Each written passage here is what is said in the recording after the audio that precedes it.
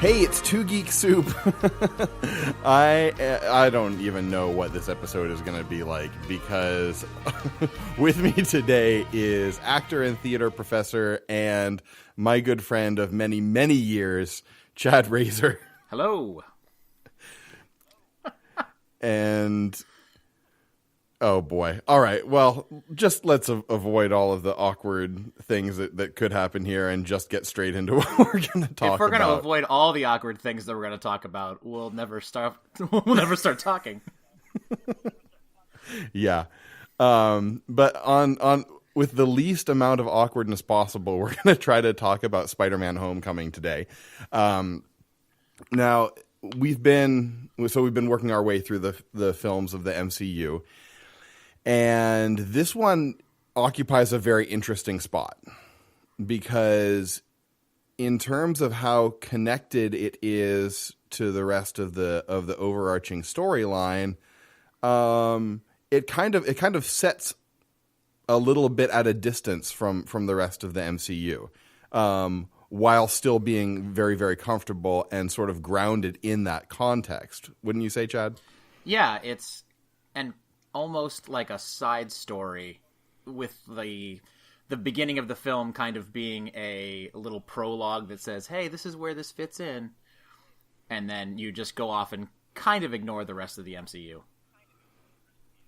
Yeah, which actually I love, by the way. I think that is a great, great way to set that in the context of the MCU because, you know, in the MCU, the incident, as they call it, or the Battle of New York, it is like the touchstone for like the entire world, and like it's such a ubiquitous piece of history throughout the MCU. I think it's really cool that they keep, you know, touching back on that because it was such a huge like world altering event in that timeline, and so it makes sense that would be, you know, like it'd be analogous to a September 11th, you know, for us in the real world. Yeah.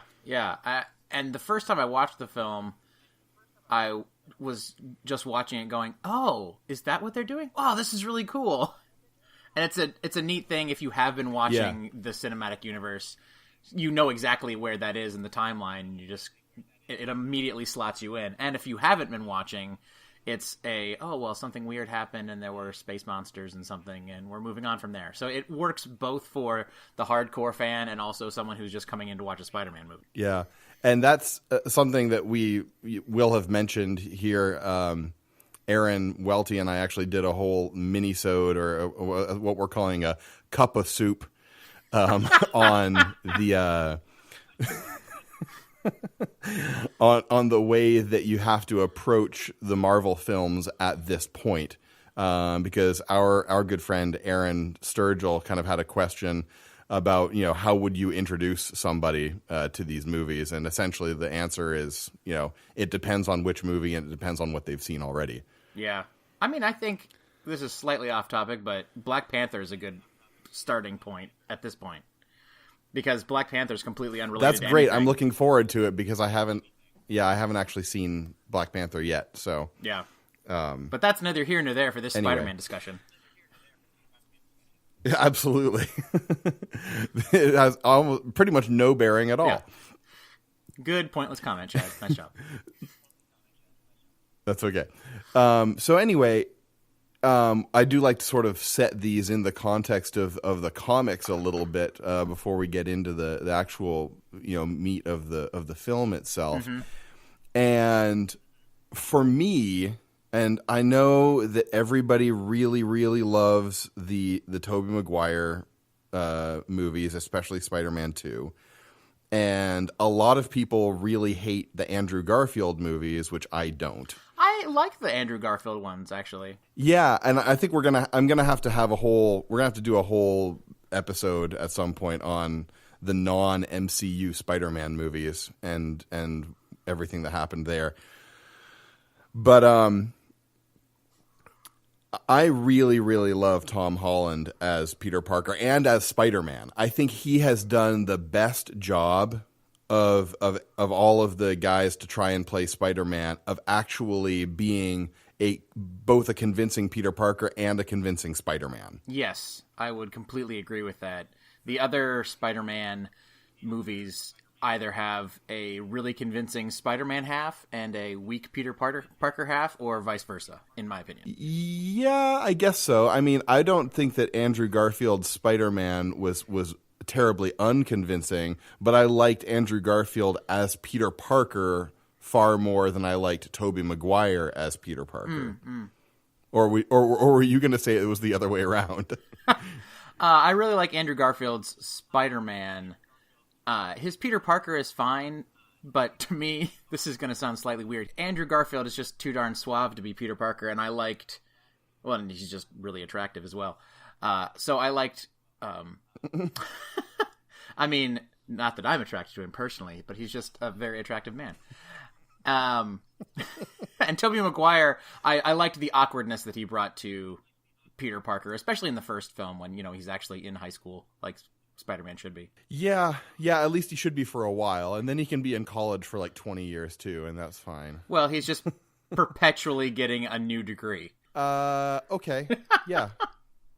Yeah, that's fine. Sure. I mean, I kind of like, so for me, and I think everybody has like a slightly different like mental image or like a snapshot in the life of Spider-Man / Peter Parker as he has existed throughout the 50 plus years of his comic book existence. Yeah. It was the point at which they were like introduced to him, or the point at which the stories like were most resonating with them. And, for me, it's kind of a lot right there in that early 90s when Todd McFarlane was drawing him, and it was probably David Michelini was or however you pronounce his name, was writing it. And, with him just kind of like perpetually trying to, sell the next good photos to the Bugle, and he was married to Mary Jane, and all that stuff was happening. Like, that's to me, that's like the essence of Spider-Man and Peter Parker. Like, he is connected to the hero community, kind of, but he's still basically operating on his own. Like, everybody knows Spider-Man, and everyone will work with Spider-Man if he's around. But he's not actually on a team, and he's not, and he's down on his luck always. Like, that's what Peter Parker should be. Like, he shouldn't be like an industrialist like Tony Stark, as he has been for a while now in the comics. And for me, he doesn't need to still be in school. I just kind of like where he was hanging out in that time frame of like being the freelance photojournalist that also gave him, the freedom to operate as Spider-Man whenever he needed to. Yeah, I enjoy the high school version personally, just because I've always kind of liked those coming of age stories, and it doesn't really make sense for him to be in high school forever. But I like that time period. Right, I was just going to say, how long can you be coming of age, though? Well, Peter, I know you're 37, but we're going to have to hold you back a grade again. Your Aunt May is going to be very disappointed. And don't get me wrong, obviously there are tons of really great stories that have been told in the high school years, and there are lots of great, even more recent versions of the character that are set during the high school years, like the Spectacular Spider-Man animated series was amazing. Yeah, that was really good. And I think probably I think I've had this conversation with Aaron Welty one time off mic. I think that the Spectacular Spider-Man series was probably better than the animated series on Fox that we grew up with in the 90s. I went back and I watched a couple episodes from the 90s show recently, and the nostalgia just doesn't hold itself up, I watched it and I was like, this isn't nearly as good as I remember, but man, I loved this show when I was a kid. Absolutely. And I think, and there's a reason why I think a lot of this stuff is actually geared towards kids at one point or another. I think probably this stuff was geared more towards kids when we were kids. And at this point, the people who are making it know that it has to be at least good enough to hold the attention of some adults also. Yeah, this is going to sound really strange, but it's kind of like the uncanny valley of movie making. It has to appeal to both the adults and the kids without being in that weird middle where neither of them like it. Right. Where it's kind of over the kids' heads, but not really, adult enough for the adults. Yes. Yeah, probably. You know what Spider-Man I think actually really fits in there is the computer animated MTV one where Neil Patrick Harris was the voice of Spider-Man. Yes. Oh, man. Oh, uh-huh. I'd almost forgotten about that series. Well, I think there's probably a good reason because it was kind of forgettable. Yeah. Despite the fact that I was like, come on, Neil Patrick, you can do it. Make me believe. Yeah. So I think one thing that the movie, like a really strong point in the favor of Spider-Man Homecoming is that they did not rehash the origin story again. And I'm so grateful for that. Yeah, it's kind of like a Batman movie at this point. Like, we don't need to know where Batman comes from. We know, Everybody knows. Exactly. Everybody knew where Spider-Man comes from before the first Tobey Maguire movie came out. We certainly didn't need a rehash of the origin with Andrew Garfield. And I think that's probably one of the main reasons why people don't like that movie is because it wasted so much time, reestablishing his origin. And I understand they kind of wanted to tie it in with everything else. And all of the other 6 million films they were going to spread off of that series, supposedly. Yeah. Right, yeah, the Sinister Six spinoff and whatever else. One thing that I really am sad about, in terms of the Sam Raimi series that we didn't get, I think I really would have enjoyed seeing Ben Kingsley as Adrian Toomes. Mm-hmm. Or John Malkovich. Both of them were kind of rumored to do it. Oh, was John Malkovich in the mix too? Yeah. That's funny. I don't think I heard that. But, I think Ben Kingsley is pretty much always a good idea. Yes, you can't go wrong. Yeah, I mean, even in bad movies, he's good. Vis-a-vis, Prince of Persia, where he is the only, vaguely ethnic person in the entire film that's supposed to take place in the Middle East. Yes, exactly. Whitewashing? No. Yeah, we don't really need to get into that. We try not to be political on this podcast.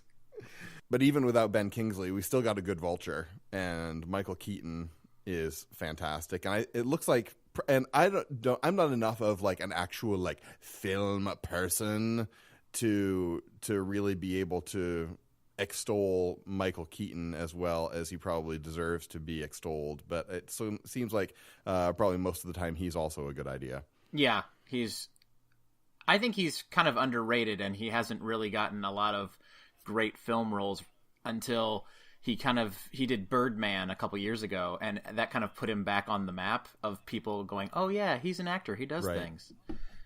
And so I think Birdman was really the springboard to get him into this film, which are both kind of oddly, where he also plays a Birdman. Yeah.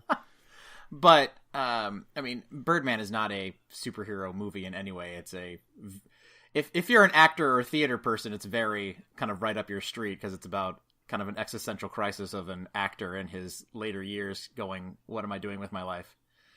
But how close are you to that crisis, Chad? Far closer than I should probably be. I'm more in a crisis of where is all my hair going? That's really what it is. But yeah, Michael Keaton is fantastic in this movie, and I love how he underplays most everything. He's not an over-the-top, crazy, mustache-twirling villain. He has a groundedness to him and a reason for doing what he's doing, even though it's not really his origin story from the comics. They give him a... Yeah, at all. Yeah, no. A solid base for doing what he does, and when he kills shocker number 1, I guess, in the movie... he has the great line of, oh, I thought this was the anti-gravity gun. So there's this interesting, lovely progression of him going from just a guy who's trying to make money for his family to the